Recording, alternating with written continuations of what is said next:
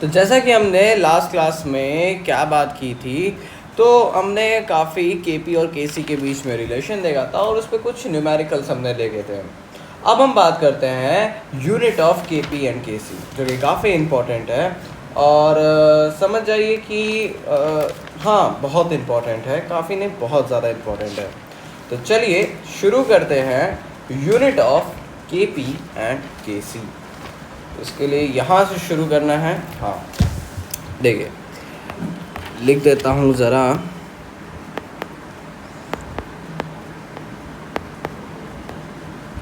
है कि नहीं? ये हो गया यूनिट ऑफ केपी एंड केसी। मे और मे नॉट, ये एक बड़ा चीज़ मैं लिख रहा हूँ, इसको हमेशा याद रखे रहना। मे और मे नॉट। अब ये मतलब क्या है इसका? सोचने वाली बात है। देखो, मे और मे नॉट यहाँ पे ये कहता है कि इसका यूनिट चाहे तो हो भी सकता है या फिर नहीं भी हो सकता है। अच्छा, ऐसा क्यों? क्योंकि यूनिट ऑफ केसी जो होता है ना, unit of K C is equals to mole upon litre to the whole power delta N G होता है।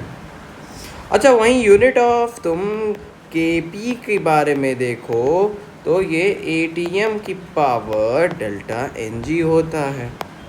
तो याद रखे ना, केसी का पावर, केसी की यूनिट हमेशा मोल पर litre upon delta N G, वहीं की unit of K P ATM की पावर डेल्टा एन जी। अब ये क्या तुम्हें रटने वाली चीज़ है? नहीं यार। अच्छा, वहीं अगर डेल्टा एन जी की वैल्यू ज़ीरो हो जाए तो भाई साहब यूनिट भी ज़ीरो, वन हो गई, यूनिट वन हो गई। वन हो जाए तो मोल पर लीटर, टू हो जाए तो मोल स्क्वायर पर लीटर स्क्वायर हो जाएगा। वैसे डेल्टा एन जी की वैल्यू यहाँ पे ज़ीरो हो गई तो ये हो जाएगा वन, वहीं वन हो गई तो एटीएम स्क्वायर हो गया तो एटीएम स्क्वायर वगैरह वगैरह। अच्छा, ये क्या रटने वाली चीज़ है क्या? अरे नहीं बुद्धू, इसे तो हम खुद सॉल्व कर सकते हैं। अच्छा, जैसे कि मैं तुम्हें अगर एक रिएक्शन दे दूँ N2 plus 3H2 leads to NH3, 2 आएगा ना, सॉरी 2 आ गया।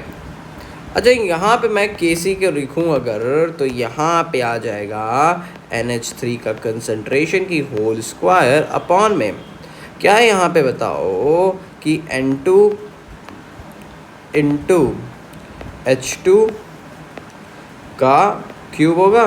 गैस है ब्रो?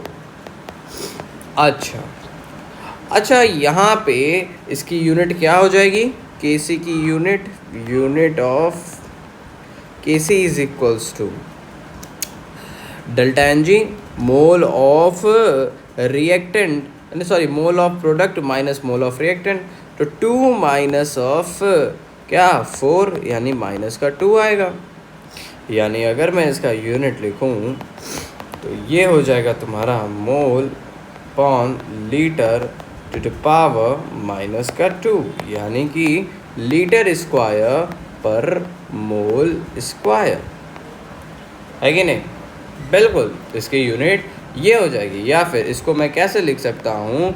इसको मैं लिख सकता हूँ मोल माइनस 2 लीटर स्क्वायर। है कि नहीं? बिल्कुल। अच्छा, आता कैसे है ये? अरे यार देखो, यहाँ पे लीटर स्क्वायर पर मोल स्क्वायर आया। बिल्कुल, ये बताओ NH3 है, N2 है, H2 है। अच्छा, यहाँ पे ये हो गया तुम्हारा मोल पर लीटर का होल स्क्वायर अपॉन में N2 यानी मोल पर लीटर, और यहाँ पे मोल पर लीटर की पावर 3। ये भाई साहब इनसे गए, यहाँ 2 बचा। तो क्या बताओ, यहाँ पे तुम 1 upon mole square upon litre square को क्या लिख सकते हो? ये बताओ। ये गया इधर, ये सॉरी अपॉन 1, ये गया इधर, तो ये हो जाएगा तुम्हारा 1 upon mole square litre square.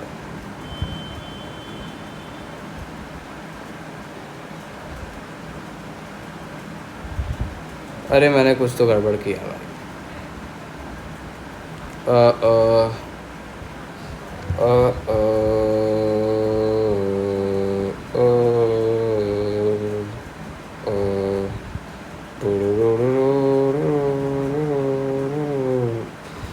यहाँ पे मोल पोलिटर की पावर 4, यहाँ पे ये हो जाएगा, तो यहाँ पे बचेगा mole square upon litre square, ये हो जाएगा mole square mole mole litre. हाँ देखो गलत लिख दिया था मैं। तो देखो ये हो जाएगा तुम्हारा 1 अपॉन मोल स्क्वायर पर लीटर स्क्वायर। इसको तुम लिख सकते हो कि मोल की litre square upon mole square, यानी मोल -2 एंड लीटर की पावर 2, क्योंकि ये भाई साहब पहले ही है। 1/1 मान लो, ये इधर भेज दो, ये इधर भेज दो, बस हो गया। ठीक है, तो अच्छी बात है, हमने ये कर दिया, हमने यूनिट निकालना सीख लिया। अब ज़रा कुछ आगे की चीज़ें देखते हैं जो कि काफ़ी इंपॉर्टेंट है। सबसे पहले नोट करने वाली चीज़ ये है कि equilibrium and equilibrium constant both are different चीज़। क्या बोल रहा हूँ, देखो equilibrium and equilibrium constant both are different चीज़, डिफरेंट थिंग्स कह दो। कैसे, मतलब कैसे कैसे कह सकते हैं कि ये अलग है? तो देखो, if equilibrium constant will change then equilibrium will be change, while when equilibrium will change then equilibrium constant may or may not change। देखो कहने का मतलब ये है ना कि अगर इक्विलिब्रियम कांस्टेंट बदलेगा तो डेफिनेटली इक्विलिब्रियम बदलेगा। जैसा कि हमने देखा था, इक्विलिब्रियम डिपेंड करता है किस पे, इक्विलिब्रियम कांस्टेंट पे डिपेंड करता है, सर लिखा नहीं है, आगे देखेंगे। तो इक्विलिब्रियम कांस्टेंट पे डिपेंड करता है, ठीक है। तो नोट वाली बात ये हो गई। अब इसी को मैं बता देता हूँ, तुम्हें लिखवाता नहीं हूँ। इफ़ इक्विलिब्रियम कांस्टेंट जो है वो चेंज होगा तो इक्विलिब्रियम जो है वो चेंज होगा, वाइल जब इक्विलिब्रियम चेंज होगा तो इक्विलिब्रियम कांस्टेंट जो है वो चाहे तो बदल भी सकता है, वही नहीं भी बदल सकता है, हो सकता है कि वही आ जाए फिर, ठीक है। चलो भाई साहब, अब देखते हैं किस पे इक्विलिब्रियम जो है वो कांस्टेंट डिपेंड करता है। तो इक्विलिब्रियम कांस्टेंट, अब तक हमने इक्विलिब्रियम किस पे डिपेंड करता है वो देखा था। अब देखते हैं इक्विलिब्रियम कांस्टेंट किस पे डिपेंड करता है। तो ये डिपेंड करता है टेम्परेचर पे। क्या वो टेम्परेचर पे डिपेंड करता था? हाँ, इक्विलिब्रियम भी टेम्परेचर पे डिपेंड करता था। अच्छा, ये क्या, ये मोड ऑफ रिप्रेजेंटेशन पे, किस पे, मोड ऑफ रिप्रेजेंटेशन, यानी हम कैसे रिप्रेजेंट कर रहे हैं, क्या यहाँ पे सॉलिड है, क्या लिक्विड है, या फेज क्या है, स्टेट क्या है उस पर। अच्छा, दूसरा है क्या, तीसरा है स्टोइकोमेट्रिक कोफिशिएंट। अगर मैं स्टोइकोमेट्रिक कोफिशिएंट को ऑफ रिएक्शन, स्टोइकोमेट्रिक कोफिशिएंट को बदल दिया तो क्या इक्विलिब्रियम कांस्टेंट बदल जाएगा? अरे हाँ भाई, क्यों? क्योंकि जो स्टोइकोमेट्रिक कोफिशिएंट रहता है वही तो पावर होती है। पूरी एंट्रोपी की, मतलब पूरी इक्विलिब्रियम कांस्टेंट की यूनिट बदल जाएगी तो इक्विलिब्रियम तो वो तो बदल ही जाएगा भाई। क्या, इक्विलिब्रियम कांस्टेंट। फिर है अपना nature of reactant, nature of reactant भी जो है उस पर भी बदल जाएगा। उसके कारण से भी नेचर ऑफ रिएक्टेंट जो है कि क्या नेचर है रिएक्टेंट का, उस पर भी डिपेंड करता है। अगर रिएक्टेंट सॉलिड रहा तो भाई उसकी अलग वैल्यू आएगी, बेसिकली कम आएगी। वहीं अगर गैस रहा तब तो ठीक है, वहीं लिक्विड रहा तो भी ठीक है। वहीं अगर पैरेटल प्रेशर की बात है तो लिक्विड हो तो भी गलत, सॉलिड हो तो भी गलत, गैस ही केवल काम आएगा पैरेटल प्रेशर वाले को इक्विलिब्रियम में। तो मतलब अलग अलग इक्विलिब्रियम होते हैं, अकॉर्डिंग टू सिचुएशंस वो बदलते रहते हैं वगैरह वगैरह। चलिए बात करते हैं एक अच्छी सी चीज़ के बारे में। किसके बारे में? एक अच्छी सी चीज़ के बारे में बात करते हैं। तो देखिए, कह रहा हूँ कि इक्विलिब्रियम कांस्टेंट जो है डू नॉट डिपेंड अपॉन, किस पे नहीं डिपेंड करता है? तो डू नॉट डिपेंड अपॉन, किस पे नहीं डिपेंड करते हैं, ये बहुत इंपॉर्टेंट चीज़ है। तो देखो 6 चीज़ें हैं जिस पे इक्विलिब्रियम कांस्टेंट जो है वो डिपेंड नहीं करता है। सबसे पहले टाइम पे, ऑब्वियसली टाइम पे नहीं डिपेंड करता है। दूसरा एडिशन ऑफ कैटलिस्ट। अब ये बताओ, तुम जब कैटलिस्ट वगैरह को ऐड करते हो तो क्या ये इक्विलिब्रियम को बदलते हैं? नहीं बदलता है, तो इसको क्यों बदलेंगे? अच्छा, volume of vessel, volume of vessel को ऐड करते हो जब, वॉल्यूम ऑफ वेसल्स वगैरह को जब तुम कंटेनर में वॉल्यूम ऑफ वेसल को बदलते हो, वॉल्यूम बदलते हो कंटेनर का जहाँ पे एक रिएक्शन हो रहा है, तो भी इक्विलिब्रियम बदलता था, और यहाँ पे भी इक्विलिब्रियम कांस्टेंट, इक्विलिब्रियम बदलेगा तो इक्विलिब्रियम कांस्टेंट भी बदलेगा। ठीक है, एक मिनट एक मिनट एक मिनट एक मिनट।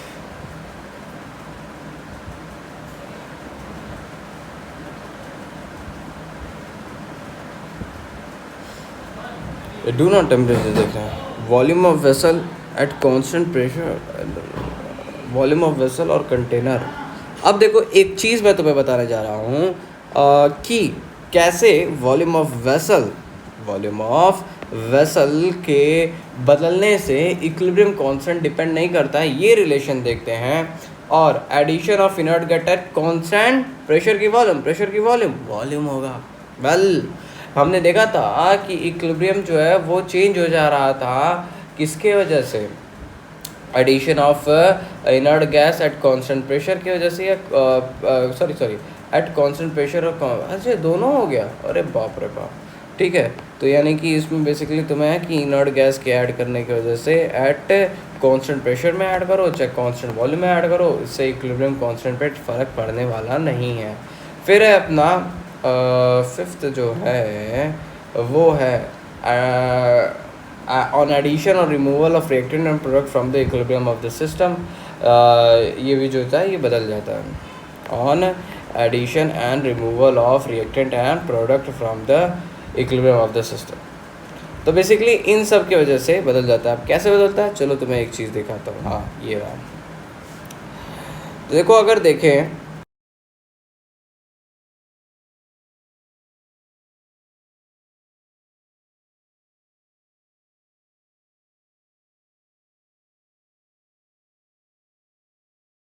इसको, जब तक रिस्पॉन्स आ रहा है तब तक मैं तुम्हें एक और चीज़ बता दे रहा हूँ। मैंने नोट में लिखवाया भी था कि कहाँ गया नोट, ओए नोट्स,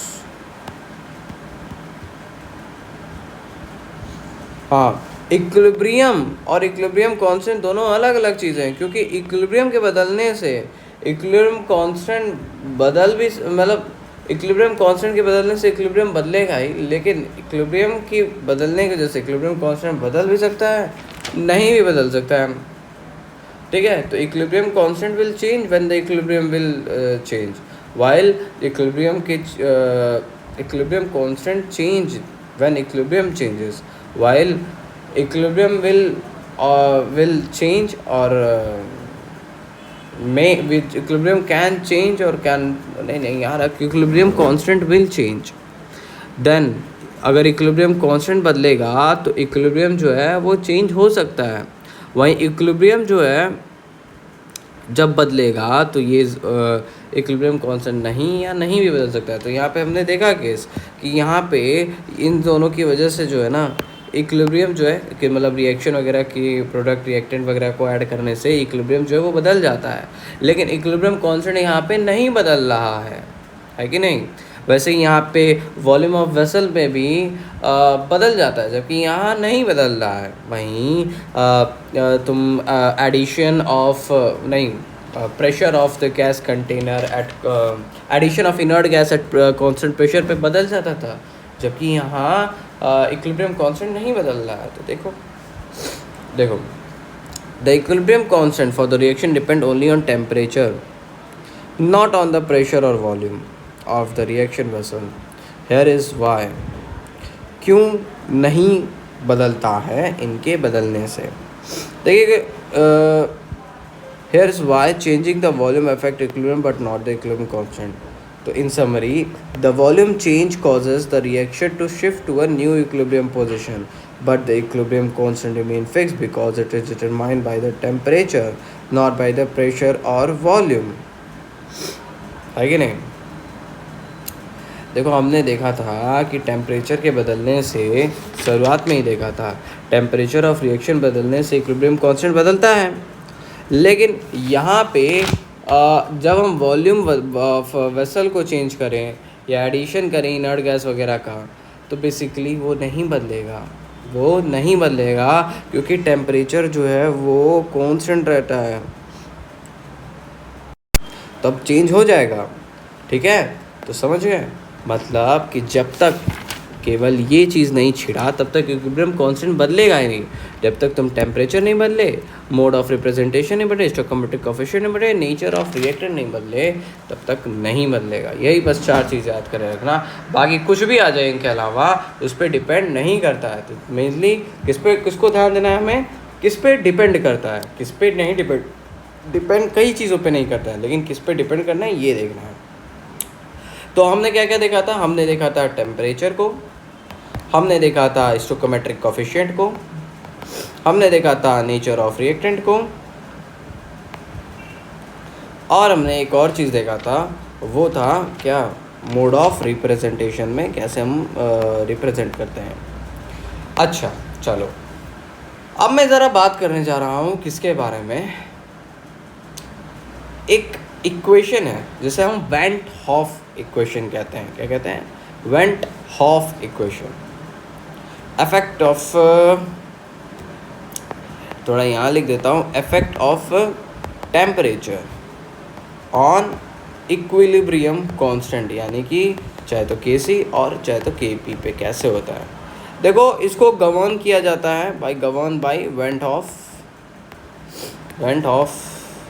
अच्छा ये बताओ मुझे, ये इक्वेशन जो था, कौन सा इक्वेशन, नहीं, relation between Kp and Kc, ये किसने दिया था, वागे ने दिया था। याद रखे रहना, ये नाम बहुत इम्पोर्टेंट है तुम्हारे नीट के लिए, बहुत बहुत इम्पोर्टेंट है वागे का नाम, तो याद रहिएगा वागे के नाम को। कहाँ गए वागे का नाम, हो गया भाई, दिख ही नहीं रहा। एक और बेंथमिन एंड वागे, हाँ, Goldberg and Wahge, law of mass action. चलो बात करते हैं किसके बारे में, तो अब हम बात करते हैं Kc और Kp के बारे में, टेम्परेचर पे क्या डिपेंड करता है। तो इट इज़ गवर्न बाय, और इन्होंने इक्वेशन दिया था, वेंट हॉफ ने इक्वेशन दिया था, वेंट हॉफ इक्वेशन इसे कहते हैं। ये कहते हैं कि K यानी कि एक्सपोनेंशियल इक्विलिब्रियम, बेसिकली नहीं ये एक्सपोनेंशियल इक्वेशन है, सॉरी। उन्होंने दिया था कि K जो कि इक्विलिब्रियम कांस्टेंट है, equilibrium constant is equals to A multiplied by e to the power minus delta H upon R T. अब भाई ये ई क्या है, तो ई जो है वो मत जानो। ए क्या है, ए है एनी कांस्टेंट, कोई भी कांस्टेंट हो सकता है वो।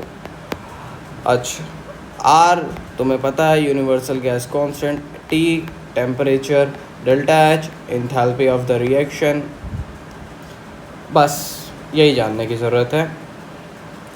अब तुम्हें कुछ इक्वेशंस है, ये याद रखना, K is equals to A multiplied by E to the power delta H upon R T, ये हमेशा याद रखना, minus of delta H upon R T, ये हमेशा इक्वेशन याद रख लेना। फिर लिखो K is equals to A into E to the power minus delta H upon R T, फिर लिखो K is equals to A into E की power minus delta H upon R T, फिर लिखो K is equals to A into minus delta H upon R T, फिर लिखो K is equals to A into के E into के E की power minus delta H upon R T. तो चलिए अब शुरू करते हैं किसको, हम एक डेरिवेशन है इसका log ln के फॉर्म में, तो उसको लिखने से अच्छा मैं डायरेक्ट इक्वेशन लिख देता हूँ, ln k is equals to ln a minus of delta H upon R T, या फिर log k is equals to log a minus delta H upon 2.303 R T. ठीक है, ये है अपने log के फॉर्म में, ये हो गया अपना ln के फॉर्म में। अच्छा अब तेरा ग्राफ देखते हैं वेंट ऑफ इक्वेशन का। तो देखो इसको मैं किसके किसके बीच में ग्राफ रहेगा, एल एन के और 1/t के, टी नहीं 1/t के बीच में, और लॉग के और 1/t के बीच में ग्राफ हमारा रहेगा। ठीक है, तो चलिए शुरू करते हैं। To draw the graph went of first of all we will decide went of first of all decided that. तो ठीक है, सब ग्राफ तो मैं बता देता हूँ। क्या है ना कि तुम ही बताओ, अगर यहाँ पे माइनस लगा है, टेम्परेचर बढ़ाओगे तो इसकी वैल्यू कम होगी, यानी कि एल एन की वैल्यू ज़्यादा होगी। यानी इस टेम्परेचर बढ़ाने से एल एन के की वैल्यू बढ़ेगी। वैसे यहाँ पे भी है दोस्त मेरे कि क्या लॉग टेम्परेचर बढ़ाओगे तो इसकी वैल्यू बढ़ेगी, इसकी वैल्यू घटेगी, ये घटेगा, जिसकी वजह से इसकी वैल्यू बढ़ेगी। तो यहाँ पे भी टेम्परेचर तुम बढ़ाओगे तो एल एन लॉग के बढ़ेगा। ऑब्वियसली ये दोनों एक ही इक्वेशन है तो एक ही रहेगा, लेकिन हाँ एल एन में थोड़ा एक फ़र्क है। एल एन में क्या फ़र्क है मैं अभी तुम्हें बताता हूँ। ठीक है, चलो तो सबसे पहले हम एल एन के वाला इक्वेशन बनाते हैं। तो ये हो जाएगा तुम्हारा एल एन के, ये हो जाएगा तुम्हारा 1/t, ये जाएगा, ये ऊपर जाएगा। तो जब तुम एल एन 1/t बढ़ाओगे तो तुम्हारा एल एन के भी बढ़ेगा। तो ये कुछ एक्सपोनेंट वगैरह तो है नहीं, है कि नहीं, लीनियर जाएगा। तो उससे पहले मैं तुम्हें एक चीज़ बताना चाहता हूँ कि ये एल एन के जो होगा ना, एल एन के क्या होगा, धीरे धीरे कम होना लगेगा। क्या होगा, धीरे धीरे कम होगा ना भाई, क्योंकि कुछ भी है तो माइनस में है, ऐसा तो है नहीं कि कम नहीं होगा, कम होगा। तो यहाँ पे से तुम्हारा इसका इक्वेशन में बनाओ तो ये हो जाएगा y=mx+c वाला टाइप का इक्वेशन है, जहाँ पे तुम देख सकते हो c जो है वो मेरा ये है और mx ये है। यही तो यहाँ पे अगर मैं बताऊँ तो ये है अपना c, जो कि हो जाएगा तुम्हारा log का a, या फिर ln है ना, तो ln का a। तो ये यहाँ से कुछ आएगा, आ गया, सीधा आएगा, वहीं जाएगा नीचे। ओके, यानी कि जब तुम टेम्परेचर बढ़ाए तो एल एन के की वैल्यू भी बढ़ी, तुमने जब टेम्परेचर घटाया तो एल एन के की वैल्यू भी घटी। एल एन के को मैं के इक्विवेलेंट भी कह सकता हूँ। ठीक है,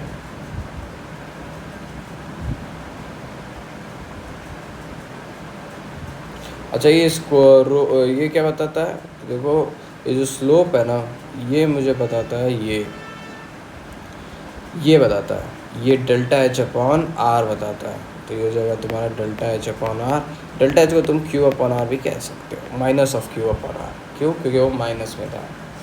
ठीक है, चलो भाई, वहीं लॉग के टर्म में लिखूँगा तो ये ग्राफ जो हो जाएगा वो minus of Q upon 2.303 R हो जाएगा।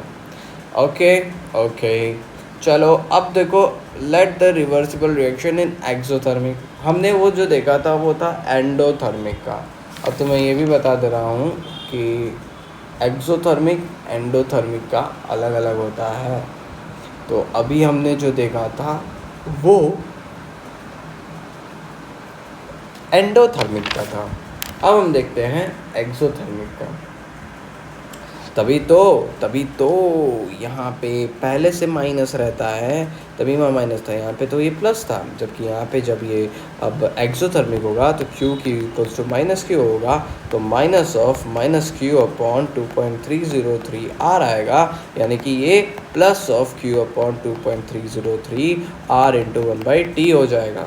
यानी इसका जो इक्वेशन हो जाएगा वो L N K is equals to L N A plus of delta H upon R T हो जाएगा। यहाँ पे L N K is equals to L N A plus of Q upon R T हो जाएगा, या log K is equals to log A plus of delta H upon में 2.303 R T हो जाएगा, और क्यू अपॉन 2.303 RT हो जाएगा, ठीक है।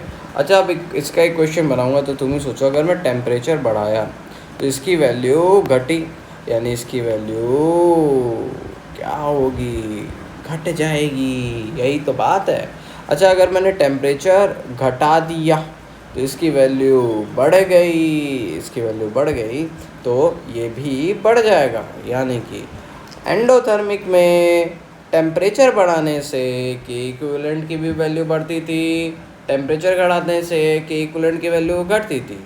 यहाँ पे टेम्परेचर बढ़ाने से के इक्विवेलेंट या फिर एल एन के, तुम कुछ भी कहो, उसकी वैल्यू घटती है, टेम्परेचर घटाने से एल एन के की वैल्यू बढ़ती है, बढ़ती है, बढ़ती है।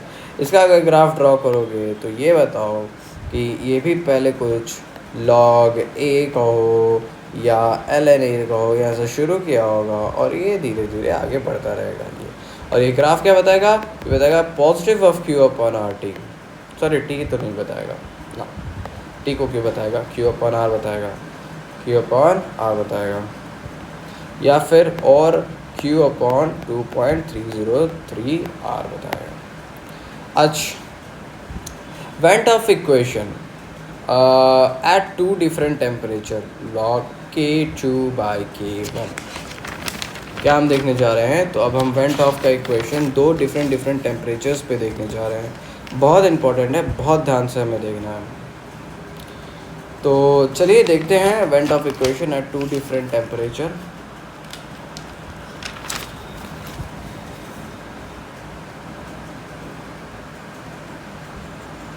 चलो लेट करो एक रिएक्शन, देखो दो डिफरेंट टेम्परेचर पे निकालना है ना, तो उसका एक फार्मूला है, बहुत बढ़िया फार्मूला है, उसको मैं तुम्हें बता दूंगा। तो देखो A लीड्स टू B, ये तुमने मान लिया है कि नहीं, तो K1 be the equation of the equation constant whatever for at temperature T1 and K2 be the, let the K1 को मान लो इक्वेशन का equilibrium constant at temperature T1, क्योंकि अब हम डिफरेंट T1 टेम्परेचर में देख रहे हैं, तो T1 में ही तुम K1 मान लो, and K2 be equilibrium constant at temperature T2 में तुम K2 को मान लो, ठीक है। चलो अब हम बात करते हैं, अब तुम्हें पता है ना टेम्परेचर के चेंज से इक्विलिब्रियम कांस्टेंट बदलता है, तो इसी वजह से अब देखो डिफरेंट टेम्परेचर पे कैसे हम निकालेंगे देखते हैं। तो यार टेम्परेचर जो है वो इंडिपेंडेंट है, एंड डेल्टा एच और delta H of with delta H और डेल्टा एच से इंडिपेंडेंट है, ठीक है, या फिर डेल्टा एच इंडिपेंडेंट है टेम्परेचर का, तो कुछ भी कह लो, डेल्टा एच इंडिपेंडेंट है टेम्परेचर का, तुम यही कह लो भाई। अच्छा ठीक, तो अभी हमने क्या देखा है इक्वेशन में, कि अभी हमने देख लिया है कि log k is equals to log a minus delta H upon 2.303 RT, ये इक्वेशन हमने देखा है। ये कौन सा इक्वेशन है, तो ये है अपना एंडोथर्मिक का, हाँ ये हमने देखा है एंडोथर्मिक का। मैं इस पे यहाँ पे T1 लिख देता हूँ। अच्छा, यहाँ पे log K1 है ना, ठीक है, log K2 is equals to log A minus delta H upon 2.303 RT2, ये अपना दूसरा इक्वेशन हो गया, ये पहला इक्वेशन था। अच्छा, सब्ट्रैक्टिंग क्या, subtracting second equation from first equation, तो ये हो जाएगा log K1 minus log K2 is equals to log A minus log A minus delta H upon R, नहीं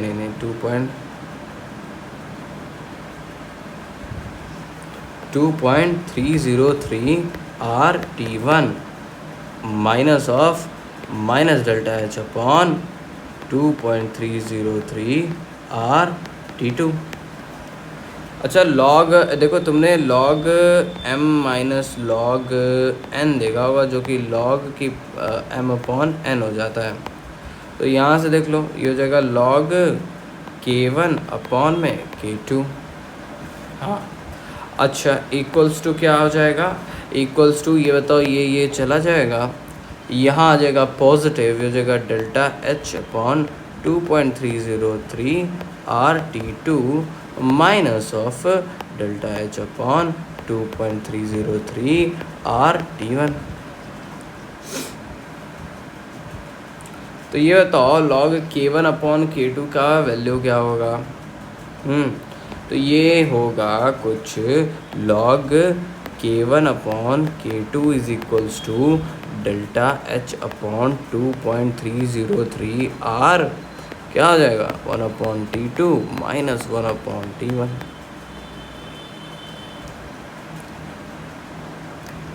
हो गया भाई, हो गया ना, ठीक। वहीं अगर मैं क्या करूं कि अगर अब मैं टेम्परेचर को बदल लूँ, या फिर तुम समझो कि अभी ये एंडोथर्मिक का था, अगर मैं इसको क्या कर दूं एक्सोथर्मिक का कर दूं, तो फिर देख लो क्या हो जाएगा। तो यहाँ पे फिर log k1 equals to log a plus delta h upon 2.303 RT1 log k2 is equals to log a plus delta h upon 2.303 RT2। ये 1 हो जाएगा, ये 2 हो जाएगा। अच्छा अब हम क्या करते हैं, फिर से वही सब्ट्रैक्टिंग सेकेंड फ्रॉम 1 कर देते हैं, है कि नहीं। सब्ट्रैक्टिंग 1 फ्रॉम सेकेंड या सब्ट्रैक्टिंग 2 फ्रॉम 1, क्या करने की मज़ा आ रहा है आपकी, आप जो बोलेंगे सो करेंगे हम, बिल्कुल भाई साहब वही करेंगे। तो अभी हम ना 1/2 कर देते हैं, ज़रा देखते हैं कि उससे कोई फ़र्क पड़ता है क्या। सब्ट्रैक्टिंग 1 फ्रॉम 2, दोनों तो बराबर ही हैं, वैसे भी पहले भी थे। तो 1 फ्रॉम 2 यानी log k2 minus log k1 is equals to log ये हटा देता हूँ, ठीक है। तो 1 माइनस 2 है ना, तो delta h upon 2.303 RT2 minus of delta h upon 2.303 RT1,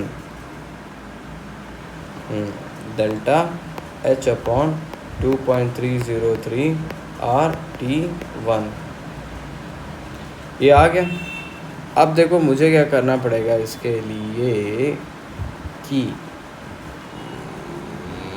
minus से मल्टीप्लाई करना पड़ेगा, यही एक ऑप्शन है। तो ये हो जाएगा log k1 minus log k2, मुझे वही करना चाहिए था जो पहले सोचा था। ये जगह delta h upon 2.303 RT1 minus of delta h upon 2.303 RT2। यहाँ पे अब हो जाएगा log m minus log n कितना होता था, log n अपॉन m होता था ना, यही होता है। देख लेते हैं एक बार ज़रा।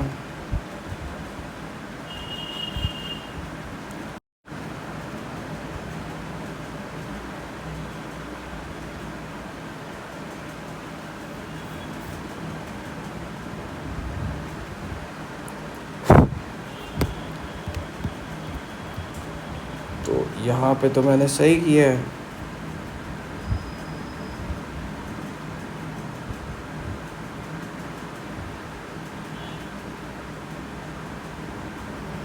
यहाँ पे गलत क्यों आ रहा, जो भी हो, आने को क्या है, यही आएगा कि log k2 बाई k1 आ जाएगा equals to delta h upon 2.303 R, ये हो जाएगा 1/T1 माइनस 1/T2।